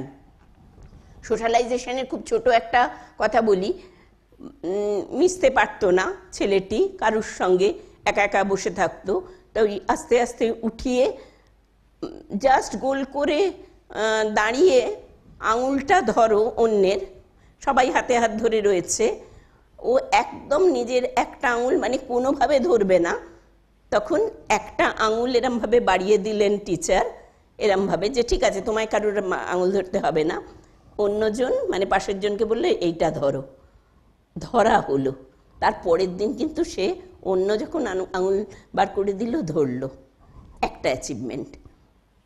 অর্থাৎ এই প্রতিটা ক্ষেত্রেই, মানে আমি অঙ্কের ক্ষেত্রে বললাম যেমন, বা নামটা লেখার ক্ষেত্রে, প্রতিটা ক্ষেত্রেই গোল যেটা থাকবে আলটিমেটলি ছোট করে ভেঙে দিলে, কমিউনিকেশনটাও তাই, সোশ্যালাইজেশনটাও তাই। লোভাস টেকনিক কিন্তু একদম বারবার একটা কথাই বলছে যে যেটা তোমার আলটিমেট গোল সেটাকে অনেক ভেঙে দাও, অনেক ছোট করে দাও, খুব সহজ স্টেপ থেকে শুরু করো, দেখবে আলটিমেটলি গোলটায় পৌঁছবে। হয়তো অন্যরা যেটা 5 বারে পারছে ও সেটা 10 বারে পারবে, কিন্তু পারবে। 0 থেকে তো কিছু কম ভালো। এটা হচ্ছে লোভাস টেকনিকের মূল কথা। টিচ, 5টা বেসিক প্রিন্সিপাল আছে। প্রথম হচ্ছে ওই ফিজিক্যাল, টিচার একটা মেথড, লোভাস যেমন একটা মেথড বললাম, টিচার একটা method. Physical structure refers to individual immediate surrounding, মানে daily activities, playing, eating, work best when they are clearly defined by physical boundaries. এই কথাটার মানে হচ্ছে তার নিজের, সেই মানুষটার নিজের ফিজিক্যাল স্ট্রাকচারটা শিক্ষকের ঠিক করে দিতে হবে যে এই ফিজিক্যাল বাউন্ডারি এই অবধি, এখানে তার প্রতিটা অ্যাক্টিভিটিস, মানে বাড়ির থেকে শুরু করে তার ফিজিক্যাল বাউন্ডারিটা তার কাছে ক্লিয়ার হলে সে তার সেলফ হেল্প অ্যাক্টিভিটিস ঠিক মতো করবে। তার ফিজিক্যাল বাউন্ডারিটা উঠলে ক্লিয়ারলি ডিফাইন্ড থাকবে, স্কুলে সে কোথায় বসতে হবে, কোন জায়গায় বসতে হবে, কোন সময়, ঘন্টাটা পড়লে কোন মাঠে যেতে হবে, বা অন্য ঘরে যেতে হবে, বা অন্য ক্লাসে যেতে হবে, whatever it is. Physical বাউন্ডারিটা ফার্স্ট পয়েন্ট। যেখানে পার্টিকুলারলি কেস অফ ডিসেবিলিটি অসুবিধে হয়, Down syndrome, mental retardation, autism, এই জায়গায় কিন্তু পরের পর সিকোয়েন্স ধরা অসুবিধা হয়। আর কনসিস্টেন্ট শিডিউল, প্রতিদিনের জন্যে মানে মানে ভেরিয়াস মিডিয়াম থাকবে, ফটো থাকবে, ড্রয়িং, ফটোগ্রাফস, এর আগেরটাই আপনারা দেখেছেন কত রকমভাবে ড্রয়িং, ফটোগ্রাফ, এই সমস্ত দিয়ে তাদের টিচ করা। এই খুব ইম্পর্ট্যান্ট হচ্ছে, মানে ভেরিয়াস অনেক রকম মিডিয়াম দিয়ে যে জিনিসটাই শেখানো হচ্ছে সেই কনসিস্টেন্ট শিডিউলটা একটা থাকবে। থার্ড হচ্ছে work system establishes expectation and activity measurement that promote independence. খুব ইম্পর্টেন্ট কথা, দেখুন আলটিমেট উদ্দেশ্যটা কিন্তু তাদের ইন্ডিপেন্ডেন্ট করা। সে যে বাচ্চা ভীষণ ইন্টেলিজেন্ট তাকেও, যে বাচ্চা অতটা ইন্টেলিজেন্ট নয়, যে এমআর, যার একটু অন্যরকম মেন্টাল হেলথ প্রবলেম আছে, যার অটিজম, হোয়াট এভার, আলটিমেট উদ্দেশ্যটা কিন্তু ইন্ডিপেন্ডেন্ট করা। মা বাবা যখন একদম ছোটবেলায় শেখান তোমার ব্রাশ কোনটা তুমি নিজে নাও, ব্রাশে পেস্টটা দেওয়া শেখো, সেটাও কিন্তু ইন্ডিপেন্ডেন্সের একটা পয়েন্ট। সেখান থেকে আরম্ভ করে ফিনান্সিয়াল ইন্ডিপেন্ডেন্স অবধি জীবনের। এবার এই জায়গাটায় টিচ সবসময় বলছে যে এই ওয়ার্ক সিস্টেমটাকে এমন করুন যে expectation measurement that promote independence. ও নিজের থেকে আলটিমেটলি কতটা করতে পারছে, আপনার ওয়ার্ক সিস্টেম এই জায়গাটায় এইটা করছেন, ও নিজে তারপরে কি করতে পারছে। মানে আইডিয়াল ওয়ার্ক সিস্টেম কিন্তু থাকবে যে আপনার কম ইনস্ট্রাকশনে, মিনিমাম ইনস্ট্রাকশনে কাজটা করতে পারছে কিনা। তার মানে কিন্তু ইনস্ট্রাকশন বন্ধ করে দেওয়া নয়, ইনস্ট্রাকশন আস্তে আস্তে কমিয়ে একটা জায়গায় যে মিনিমাম ইনস্ট্রাকশনে সে ঠিকমতো কাজটা করতে পারলো কিনা। কেন মিনিমাম ইনস্ট্রাকশন? তার মানে ইন্ডিপেন্ডেন্সের একটা অঙ্গ, যে আমাদের অনেকের অনেক রকম কথা না শুনে, মানে কন্টিনিউয়াস ইনস্ট্রাকশন, এটা করো ওটা করো, এই জায়গাটার থেকে আস্তে আস্তে সে নিজেকে বের করে এনে যেন নিজে করতে পারছে। 4 নম্বর হচ্ছে রুটিন ইজ এসেনশিয়াল, কিন্তু মানে because the most important functional support for autistic individual, মানে কনসিস্টেন্সি। এটা কিন্তু অটিজমের জন্য পার্টিকুলারলি বলা, যে কনসিস্টেন্ট রুটিন না হলেই তাদের, মানে অটিজমের কথাটা, টার্মটা ইউজই করা হয়, change is not the spice of their life. তারা কিন্তু খুব তাড়াতাড়ি চেঞ্জটা নিতে পারে না। তার মানে কি একই রুটিন সারা জীবন ফলো করে যাবে? তা নয়, চেঞ্জ করতে হবে, কিন্তু সাডেন নয়। সেই চেঞ্জ করাটার মধ্যে যেন ডেফিনিট স্টেপ থাকে। আর যত বেশি ভিজুয়াল স্ট্রাকচারে দেয়া যাবে তত বেশি পার্সন উইথ ডিসেবিলিটি তত ভালো শিখবে। অডিটরিতে যতটা ভালো শেখে তার থেকে বেশি কিন্তু ভিজুয়াল স্ট্রাকচারে শেখে। আমরা নিজেরাই ভাবুন না, যত বেশি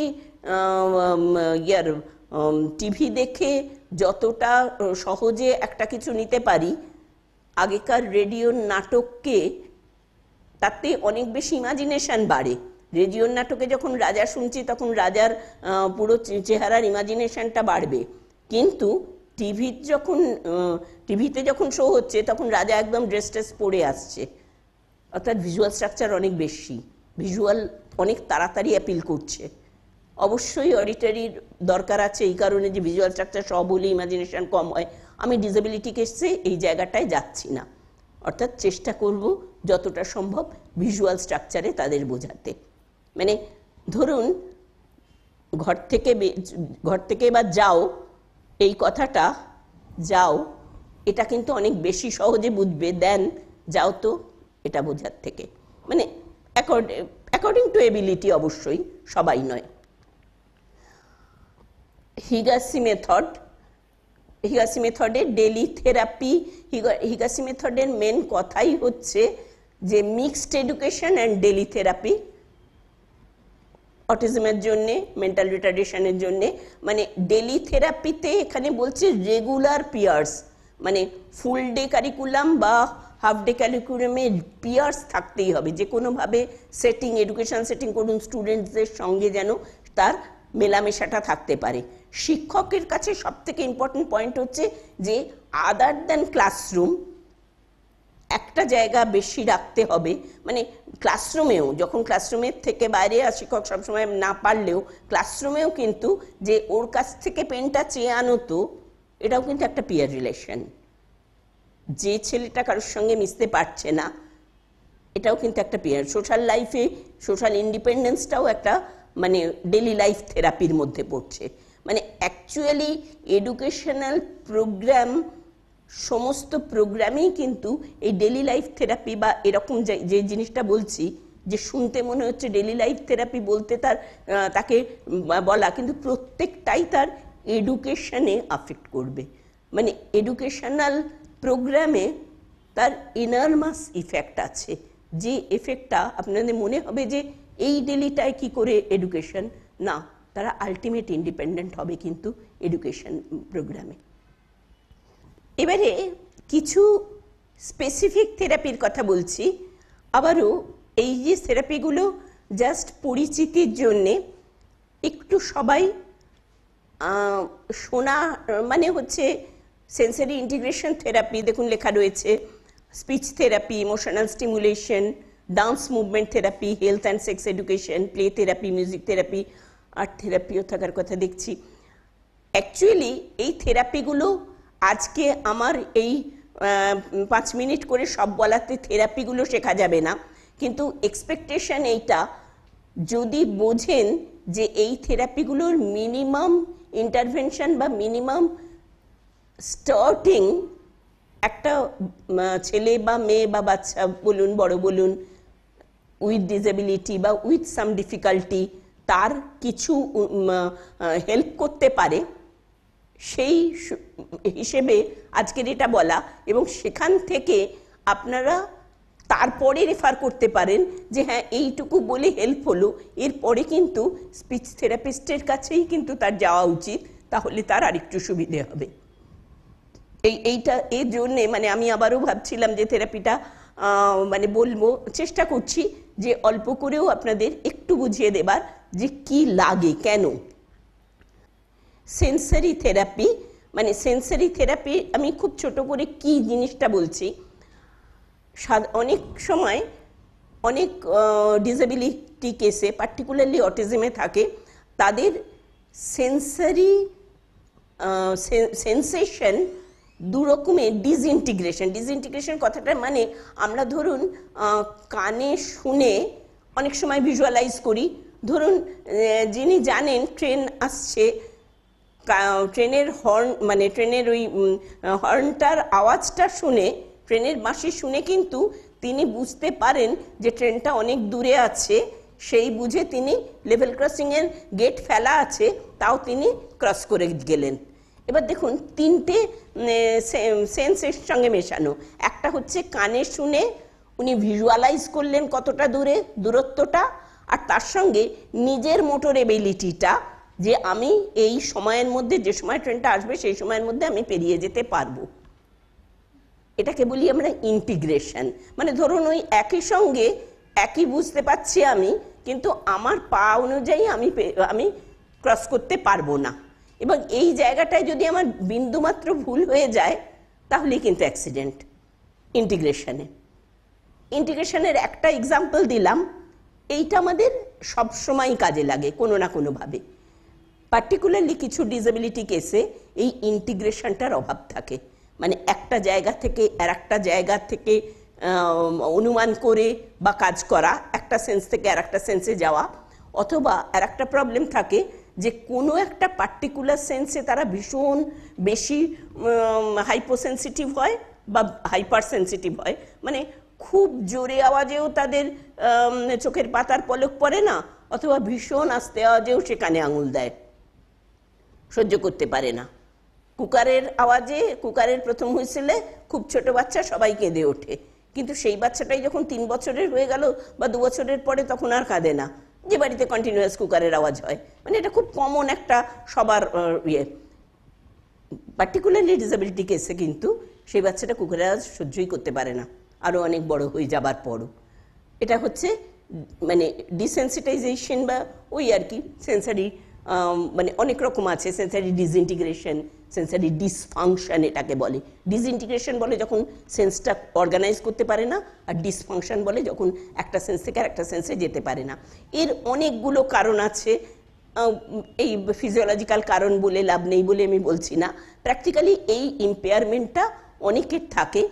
এইটা যদি রিকগনাইজ করা যায় যে ও বুঝতে পারছে না বা আপনার কথা শুনছে না ইচ্ছে করে, না এই সরে যাও এই কথাটার থেকে নিজের পুরো বডিটার এটা মুভমেন্ট করে সরতে হবে, সেই জায়গাটা বুঝতে পারছে না, এইটা রিকগনিশনটা হচ্ছে আমাদের মানে শিক্ষকদের কাজ। এটা যদি রিকগনাইজ করা যায় তখন তাকে ঠিক ঠিক জায়গায় নানা রকমভাবে মানে কোনো স্টিমুলাস দেওয়া যায়, সব রকম, মানে অডিটরিতে, ভিজুয়ালে, নিজের ওই যে প্র্যাকটিস, যেগুলো মানে অনেক বাচ্চার কি যে স্পেসিংটার জ্ঞান থাকে না, যে ঠিক এইখানটায়, এখানে বাচ্চা বলে নয়, অনেক বড়রা দেখবেন যেতে গিয়েই একটা এখান দিয়ে যাচ্ছে, সামনেটায় রয়েছে একটা কিছু, একজন এড়িয়ে গেল আর একজন ঠিক ওটায় ধাক্কা খেলো। একটা পার্টিকুলার গর্ত রয়েছে, তার পাশে একজন দাঁড়িয়ে আছে, এবার যাব, তিনি একটু সরলেন, আমি ওই সরু জায়গা দিয়ে যেতে পারবো না, আর একজন সেটা দিয়ে যাবার চেষ্টা করলে এবং গর্তটায় পড়ে গেল। আমি কিন্তু আগে থেকে বুঝে গেলাম যে আমি ওটাই পারবো না, আমি নিজে বুঝে গেলাম, আমি মানে আর কি বলছি যে কেউ, কাজে এই প্রত্যেকটা ক্ষেত্রেই তাদের কোনো না কোনো অসুবিধে থাকতে পারে। যদি আমরা তাদের প্লে, এটা যে শুধুই প্লের জায়গায় বোঝা যায় তা নয়, ক্লাসরুমেও সমস্ত জায়গায় অডিটরি, ভিজুয়াল, ট্যাকটাইল অর্থাৎ মানে স্পর্শের দিক থেকে অসুবিধে থাকে নানা রকমভাবে।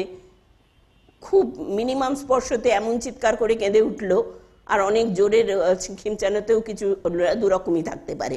কাজেই এই জায়গাগুলো যতটা বেশি তাড়াতাড়ি ডিটেক্ট করা যাবে তত সেন্সারি মানে অকুপেশনাল থেরাপি বা সেন্সারি থেরাপি অনেক রকম দেখুন রয়েছে। ব্রাশিং টেকনিক আছে, কুশন স্যান্ডউইচ, জাম্পিং, সব থেকে সহজ যেটা প্রোপ্রায়োসেপশনে, যেটা আমি বললাম যে নিজেকে নিজের ব্যালেন্সটা বোঝা, ব্যালেন্সিংয়ের ভীষণ অসুবিধে, jumping, riding a swing, static cycle, cycle চড়ানো, এগুলো কিন্তু সব জায়গায়, কোনো সেন্সারি ইন্টিগ্রেশন ক্লিনিকে যেতে হয় না, এগুলো আপনি আমি সমস্ত জায়গায় সমস্ত স্কুলে কোনো না কোনোভাবে থাকে।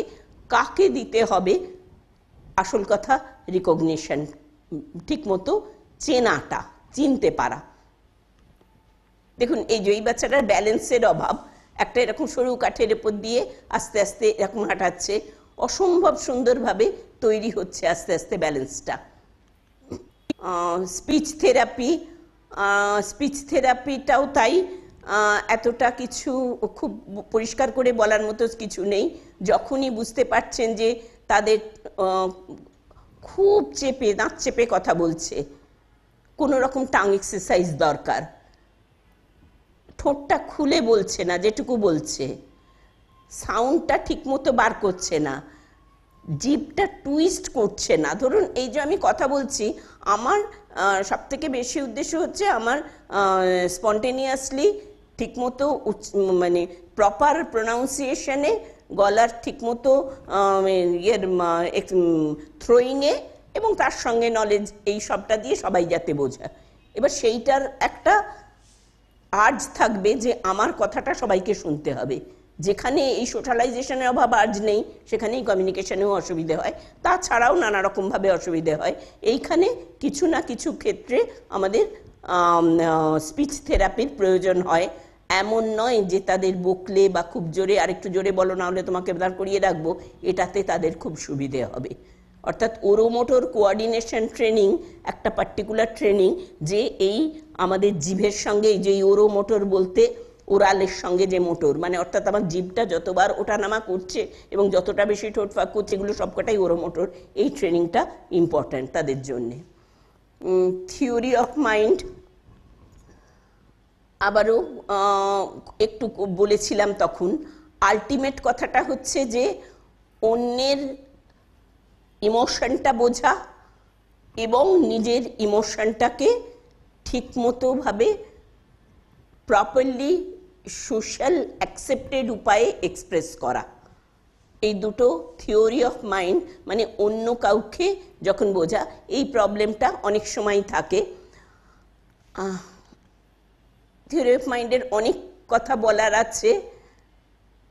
খুব ছোট করে ফলস বিলিফ টাস্কটা বলি। একটা খুব বিখ্যাত একটা এক্সপেরিমেন্ট, যে দুটো জারে চকোলেট রাখা আছে, দুটো জারই ঢাকা, দুটো জার আছে, একটা জারে চকোলেট রাখা আছে, দুটো জারই ঢাকা আছে, মানে বাইরে থেকে দেখে বোঝা যাবে না।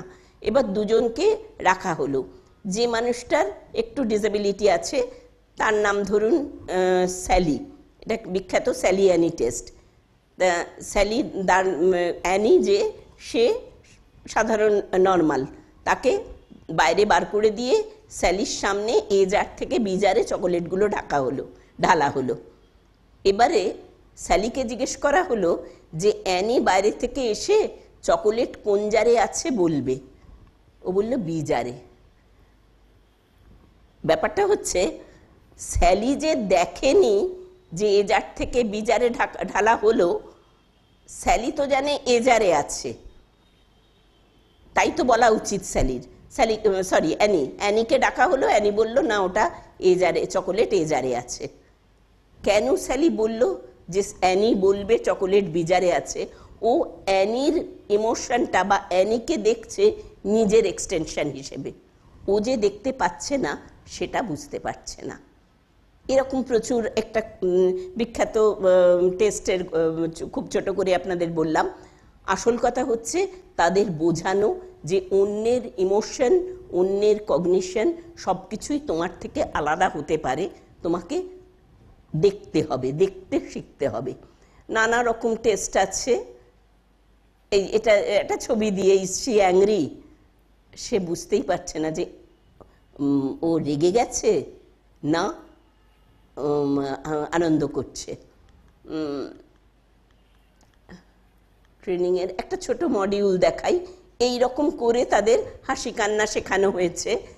একটা অনেক বড় করে এটা চেষ্টা করা হচ্ছে যে এটা খুব বড় ভিডিওতে ছিল, যে একটা থেকে কি বলে খুব গম্ভীর থেকে আস্তে আস্তে ম্যাক্সিমাম হাসি, তারপরে আবার কমে যাওয়া, আবার গম্ভীর থেকে ম্যাক্সিমাম কান্না, আবার কমে যাওয়া, ছেলে মেয়ে দুরকম, এবং নানা রকমভাবে এইটা একটা খুব ছোট গল্পের মধ্যে দিয়ে ওদের শেখানো যে এক ছোট বাচ্চার জন্মদিন, পুতুল পেয়েছে, পুতুলটা পেয়ে খুব হাসছে, এবার পুতুলটা আরেকজন কেড়ে নিয়ে চলে গেল, এবার সে কাঁদছে। হাসি আর কান্না, হাসি কান্না শেখানো, এবং তাকে জিজ্ঞেস করা বলো তো সে হাসছে না কাঁদছে, এটাকে হাসি না কান্না বলে। এইভাবে তার হাসি কান্না থেকে ওই ইমোশনাল এক্সপ্রেশন শেখানো এবং নিজের ইমোশনটাকে সেইভাবে প্রকাশ করতে পারা, নানা রকম বড় ছোট নানা রকম দিয়ে করা, এবং সেখান থেকে নানা রকমভাবে যে মানুষ কাঁদে কেন, আলটিমেটলি এটা হচ্ছে আমার নিজের মনে আছে এরকম একটা বলছি, তখন মেয়েটি বলছে যে তখন কোনো একটা ওই টিভির কোনো একটা সিরিয়াল চলছিল, সিরিয়ালের নাম মনে নেই, সে বলল মৌরি কেন কাঁদে জানো, ওর মা বকে বলে, মা না কি যাই হোক কিছু একটা, কেউ একটা বকে বলে, মানে ও রিলেট করলো। এই রিলেশনটা কিন্তু পাও না, এডুকেশন একটা শেখা, যে রিলেট করলো। প্লে থেরাপির মধ্যে অনেক কিছু পয়েন্ট আছে, একটু স্টেপসগুলো রয়েছে যে ম্যানিপুলেটিভ অ্যান্ড এক্সপ্লোরেটারি প্লে, আসল প্লে থেরাপি মানে কিন্তু শুধু বাচ্চাদের সঙ্গে খেলা নয়, যে এক্সপ্লোরেটারি প্লে, কোনো কিছু খুঁজে পাওয়ার চেষ্টা, সেখান থেকে প্লে। এইটা একটা দেখুন, বলের মধ্যেই বাচ্চাটাকে ছাড়া হয়েছে, ওর পছন্দ মতো একটা জিনিস ওই বল পুলে ফেলা আছে, ও খুঁজতে হবে, খুঁজে আলটিমেটলি পেতে হবে, তারপরে যা রিওয়ার্ড টিওয়ার্ড এরকম হবে। এইরকম নানা রকম প্লে থেরাপির জিনিস আছে অনেকগুলো জিনিসের মধ্যে। অ্যাডাল্টের ক্ষেত্রে হেলথ অ্যান্ড সেক্স এডুকেশন এটা একটা ভীষণ ইম্পর্টেন্ট থেরাপি।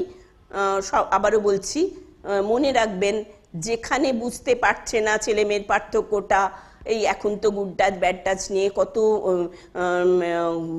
নানা রকমভাবে শিক্ষা দেওয়া হয়, এই বাচ্চাদের জন্যে হয়তো সেরকম good touch bad touch lecture বা অন্যরকম কিছুতে হয় না, তখন তাদের জন্যে আলাদা করে হেলথ অ্যান্ড সেক্স এডুকেশন লাগে এবং নানা রকম থেরাপিউটিক ইনস্ট্রুমেন্ট আছে। আবারও বলছি, সবই আজকে ট্রেনিং কনসেপ্ট আছে, সবই বলা যাবে না। একেবারে মানে ডিফারেন্স বিটুইন জেন্ডার, ছেলে মেয়ে থেকে আরম্ভ করে এজ, ড্রেস এক্সেট্রা, সব রকমভাবে আরও অনেক কিছু বললাম তো, সেই সবটাই মানে তাদের মাস্টারবেশন, তাদের ইজাকুলেশন, সেটাও যেমন করতে হবে, প্রাইভেসি মডেস্টিও শেখানো, হেলথ হাইজিন, পার্সোনাল কেয়ার যে কোনো লেভেলে, এর সঙ্গে ইমোশনটা তো আছেই। আর্ট থেরাপিটা একটু বলি, এটা না সবাই চেষ্টা করলে একটু পারবেন, যে অ্যাকচুয়ালি আর্ট থেরাপি মানে কিন্তু বাচ্চাদের আঁকতে দেওয়া নয়, যে আঁকতে দিলাম, ও একটা ঘর আঁকলো, বেশি কমন একটা বাড়ি আঁকলো, শহরের ছেলেও একটা কুড়ে ঘর আঁকে, গ্রামের ছেলেও কুড়ে ঘর আছে, ওটা কিন্তু একদম আর্ট থেরাপি মানে হচ্ছে ফিজিক্যাল, মেন্টাল, ইমোশনাল একটা ফ্রি ফ্লোয়িং স্ট্রাকচার করা। একটা ছোট দু একটা পয়েন্ট দেখাই। Resolve conflict, develop interpersonal skill, manage behavior, reduce stress, এই সব কটাই আর্ট থেরাপিতে হয়। আমি আর্ট থেরাপির স্টেপগুলো যদি বলতে পারি, চেষ্টা করছি, অনেক সময় নেই বলে। Steps of starting art therapy, এইটা একটু দেখলে সবার ভালো লাগবে। লুকিং ফর হেলথি স্ক্রিবলিং, যে বাচ্চা কিচ্ছু করতে পারছে না, শুধুই এরকম আঁক কাটছে, সেইখান থেকেই শুরু। এবার যে আরেকটু পারছে সে তো ভালো কথা, এবার এই রকমভাবে স্ক্রিবল করছে, সেখান থেকে দায়িত্ব হচ্ছে আস্তে আস্তে সেই স্ক্রিবলিংটাকে হেলথি স্ক্রিবলিং, মানে একটা করে দাগ মুছতে থাকুন, একটা করে, প্রোভাইডিং ভিজুয়াল সাপোর্ট, স্টার্টার, তারপরে প্লেসমেন্ট প্যাটার্ন, আর ওই shaping by minimum removing, unnecessary লাইনগুলোকে আস্তে আস্তে রিমুভ করতে করতে একটা ম্যানেজেবল পার্টে আনতে থাকুন, যেখানে ফিজিক্যাল সাপোর্ট আপনার দরকার হলে, সেন্সারি সাপোর্ট দরকার হলে কিছু না কিছু পারেন। মানে আমি নিজে দেখেছিলাম একটা আর্ট থেরাপির, এখানে আচ্ছা আমি এমনিই বলছি, যে জাস্ট স্ক্রিবল করতে করতে ওই স্ক্রিবল থেকে একটা দুটো করে দাগ মুছে দিতে দিতে একটা সময় ওই রকম একটা নাক, একটা এরকম মুখ, এরকম একটা টুপির মতো এরকম একটা জায়গায় দাঁড়ালো, আর একটা দাগ জাস্ট ওই যেখানে নাকের তলা থেকে একটা দাগ, তারই দেয়া দাগ। বাচ্চাটা বলে উঠলো, ওমা বাবা তো। তা আমার মনে হলো একটা পাওনা জীবনের, যে ওই হেলথি স্ক্রিবলিং আমি যখন একটু একটু করে মুছতে থাকলাম, তখন ওই দাগটা কিন্তু তার বাবা বোধহয় সিগারেট খায়, সেই সিগারেট বলে সে পারসিভ করেছে। অর্থাৎ আর্ট থেরাপি দিয়ে কিন্তু অনেক রকম, ওই যে দেখুন একটা পয়েন্ট রয়েছে, নেমিং অ্যান্ড আইসোলেটিং স্ক্রিবলটাকে নেমিং করতে শেখান, এই তো গোল কেটেছো, হ্যাঁ। আর যখন মানে সমস্ত চেষ্টায় making art with child, if all fails then teaching imitation drawing, নিজে এঁকে এটা অঙ্ক নয়, কিন্তু যদি সমস্ত ফেল করে তবে ইমিটেশন ড্রয়িং। আর্ট থেরাপিটা আমি সমস্ত শিক্ষকদের উদ্দেশ্যে বলছি, আপনারা চেষ্টা করলে কিন্তু নিজেরা একদম যে স্ক্রিবল কাটছে বা যে খুব দুঃখে আছে বা ভীষণ অ্যাগ্রেসিভ, সেখানে আর্ট থেরাপি যদি নিজেরা একটু করে চেষ্টা করেন যে তাকে ফ্রি হ্যান্ড দিতে, অনেক সময় তাদের অ্যাগ্রেশন, অনেক সময়, আমি বলছি না সব সময়ই হয়, ভীষণ কাজের হয়। এটা একটা থেরাপি সেশনে জাস্ট ওই ফার্স্ট সেশন দেখুন, আফটার 3 সেশন স্ক্রিবলিং কমলো, আর একটু কমছে, after 12 session, 20th session concept of hand, vocal imitation হচ্ছে, এইটা একটা হাতের কনসেপ্ট এসছে 20th সেশনে। 15th সেশন আর 20th সেশন কতটা স্ট্রাকচার হয়েছে একেবারে হেলথি স্ক্রিবলিং থেকে। ডান্স মুভমেন্ট থেরাপিও এরকম একটা থেরাপি। ডান্স মুভমেন্ট থেরাপি মানে কিন্তু নাচ করা নয় বা নাচের মাধ্যমে শেখা নয়। আসল কথা হচ্ছে ওই বডি অ্যাওয়ারনেস বাড়ানো, বডি অ্যাটিটিউড বাড়ানো, যেখানে ওই যে বললাম যে ধাক্কা খাচ্ছে, মানে খুব কমন, মানে এটা আমরা অ্যাডাল্টের মধ্যেও দেখি। একই জায়গায় একজন বেশ সরে গেল আর একজন কিন্তু ওখান থেকে একটা ধাক্কা খেলো। অনেক ক্ষেত্রেই ডান্স মুভমেন্ট থেরাপি একটা, ওই আবারও বলছি, বিশাল একটা হাই লেভেলের থেরাপি। কিন্তু যদি জাস্ট একসঙ্গে মিলে তাদের বডি টাচ থেকে শুরু করা যায়, যেখানে হাই লেভেলের থেরাপিটা সবাই জানেন না, সম্ভব নয়, সবাই তো ডান্স থেরাপিস্ট নন, কিন্তু বডি টাচ, ওই যেটা আমি আঙুল দিয়ে বললাম, that is a point of dance therapy. অর্থাৎ বডি টাচ থেকে শেখানো যাবে তাদের ওই স্প্যাটিয়াল অ্যাওয়ারনেস। দেখুন অনেক কিছু রয়েছে, মুভমেন্ট ভোকাবুলারি, এই একটু স্বর, স্প্যাটিয়াল অ্যাওয়ারনেস, কোন স্পেস, কতটা স্পেস দিয়ে দিয়ে তাদের অ্যাওয়ারনেসটা বাড়বে, এই সবকটাই কিন্তু খুব গোল করে ঘোরাটার ডান্স থেরাপির একদম শুরু বলতে পারেন।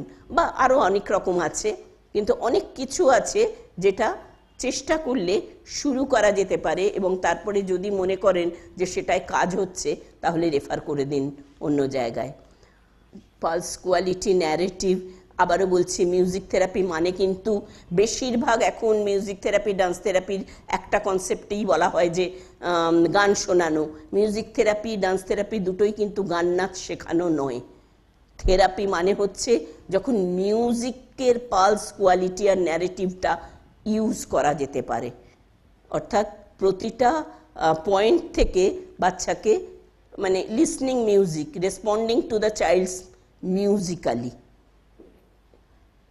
মিউজিক্যাল ডায়ালগ, যে জায়গায় চাইল্ডকে এমনি আপনি উত্তর দেওয়াতে পারছেন না সেখানে মিউজিক্যাল ডায়ালগ। অর্থাৎ মিউজিক থেরাপি মানে হচ্ছে থ্রু মিউজিক একটা টার্ন টেকিং শেখাতে, একটা কমিউনিকেশন শেখাতে, আর নিজেকে এক্সপ্রেস করা, ইভেন তার অ্যাগ্রেশন এক্সপ্রেস করাটা শেখাতে হয়। আলটিমেটলি আসল কথা যেটা সবার সঙ্গে আবারও বলছি, আগে বলেছি, জানি না আপনাদের সবার কাছে পৌঁছেছে কিনা, attitude toward mental health and disability. আসল কথা কিন্তু আপনার অ্যাটিটিউড আপনাকে ওদের কাছে এনে দেবে, ওদের প্রতি আপনার অ্যাটিটিউড, এবং সেইটাই কি নোট প্যারেন্টদের ক্ষেত্রেও এবং তাদের আমাদের ছেলে মেয়েদের কাছ থেকেও। আমাদের পজিটিভ অ্যাটিটিউড কিন্তু তাদের অনেক ডিসেবিলিটি, অনেক ডিজিজ, অনেক প্রবলেম বিহেভিয়ার তাদের ওভারকাম করতে সাহায্য করে, এবং মিনিমাম অনেক শিখতে হয় না, শুধু আমার নিজের পজিটিভ অ্যাটিটিউড কিন্তু তাদের একদম কাছে এনে দেয়।